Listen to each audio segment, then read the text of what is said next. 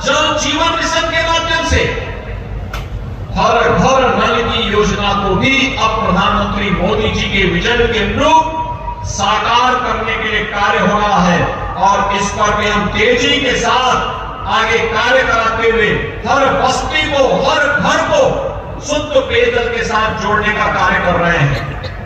भाइयों बहनों, चाहे वह सुरक्षा के लिए देवबंद में एटीएस के सेंटर की स्थापना का हो, उसमें भी कोई कोताही नहीं बरती गई। सुरक्षा हमारे लिए सर्वोच्च प्राथमिकता रखती है।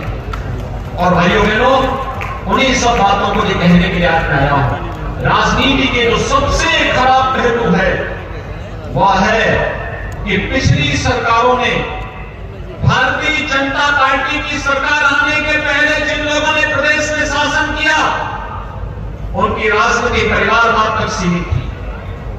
भ्रष्टाचार की भेंट चढ़ चुकी थी।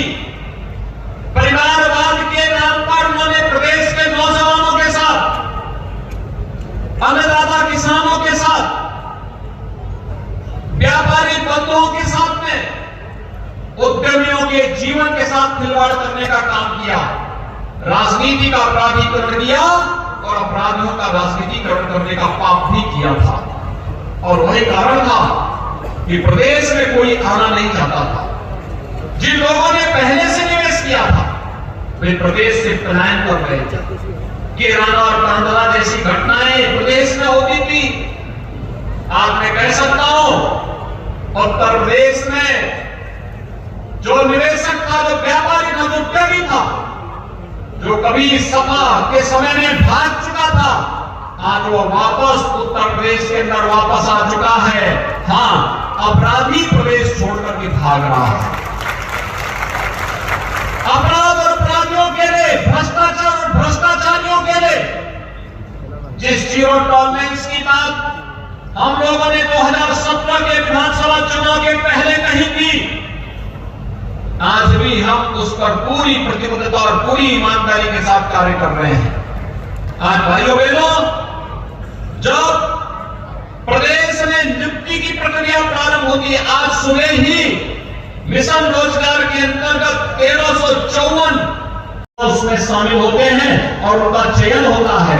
आज जब मैं देख रहा था तो सहारनपुर की भी कुछ बेटियों को नियुक्ति पत्र मुझे मैं दे रहा था, क्योंकि ईमानदारी पूर्वक पारदर्शी तरीके से चयन की प्रक्रिया में उनका सिलेक्शन हुआ था और वे सरकारी नौकरी प्राप्त पा रही है। 5 लाख नौजवानों को हम लोगों ने प्रदेश के अंदर सरकारी नौकरी दी। अकेले सहारनपुर के अंदर पिछले 5 साल के दौरान जो निवेश हुआ है, उस निवेश में 1 लाख नौजवानों को रोजगार की सुविधा अकेले आपकी सहारनपुर जनपद के अंदर प्राप्त हुई है। और वन डिस्ट्रिक्ट वन प्रोडक्ट के माध्यम से उन कार्मिक के कार्य को प्रोत्साहित करते हुए यहां पर उनकी जो प्रोडक्ट है, उस प्रोडक्ट को भी हम लोगों ने मार्केट दिया है, डिजाइनिंग के साथ जोड़ा है, उसकी ब्रांडिंग की है, वैश्विक मंच पर उनकी पहुंच को आसान बनाया है। आज अमेजन और फ्लिपकार्ट जैसी संस्थाएं इनका सामान बेचती हैं और वैश्विक मंच पर जब अपनी पहचान बनाता है तो सहारनपुर का नाम भी उसके साथ जुड़ता हुआ दिखाई देता है।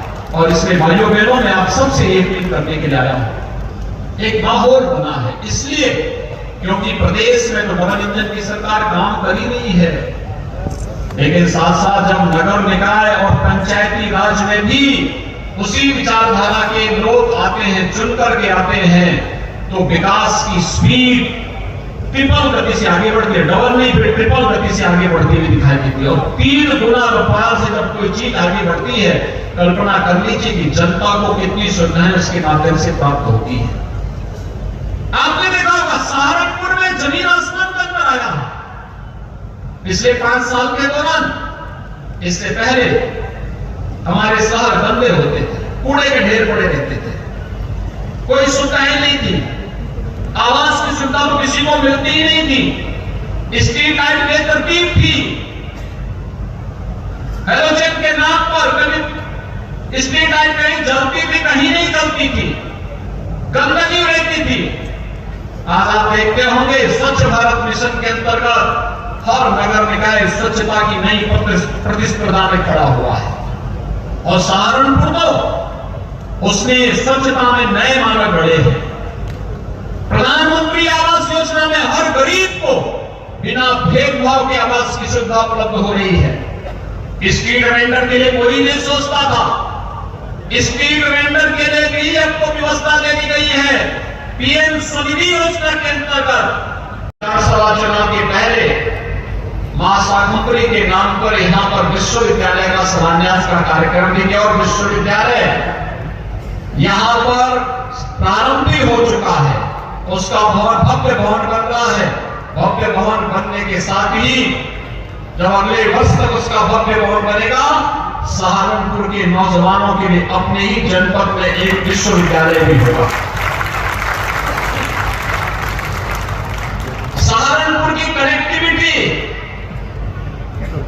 हमने सरसावा एयरपोर्ट में लैंड एक्वायर करके दे दी है, कार्य प्रारंभ हो चुका है और आप देखना बहुत शीघ्र सहारनपुर भी देश और दुनिया के साथ एयर कनेक्टिविटी के साथ जुड़ेगा और सहारनपुर से जाने वाले उद्योगपतियों, व्यापारियों और नागरिकों को, यद्यपि आपकी तो सड़क की जो कनेक्टिविटी है बहुत अच्छी हो गई है। 2017 के पहले क्या था, मुजफ्फरनगर से सहारनपुर आने में 2 घंटे लगते थे।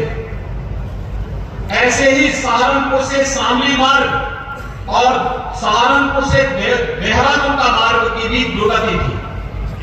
भाइयों बहनों, मुजफ्फरनगर सहारनपुर मार्ग पर हम लोगों ने 753 करोड़ रुपए खर्च किए और अब यह दूरी 2 घंटे से घटकर के मात्र 45 मिनट रह गई है। 45 मिनट में आप इस दूरी को तय कर सकते हैं।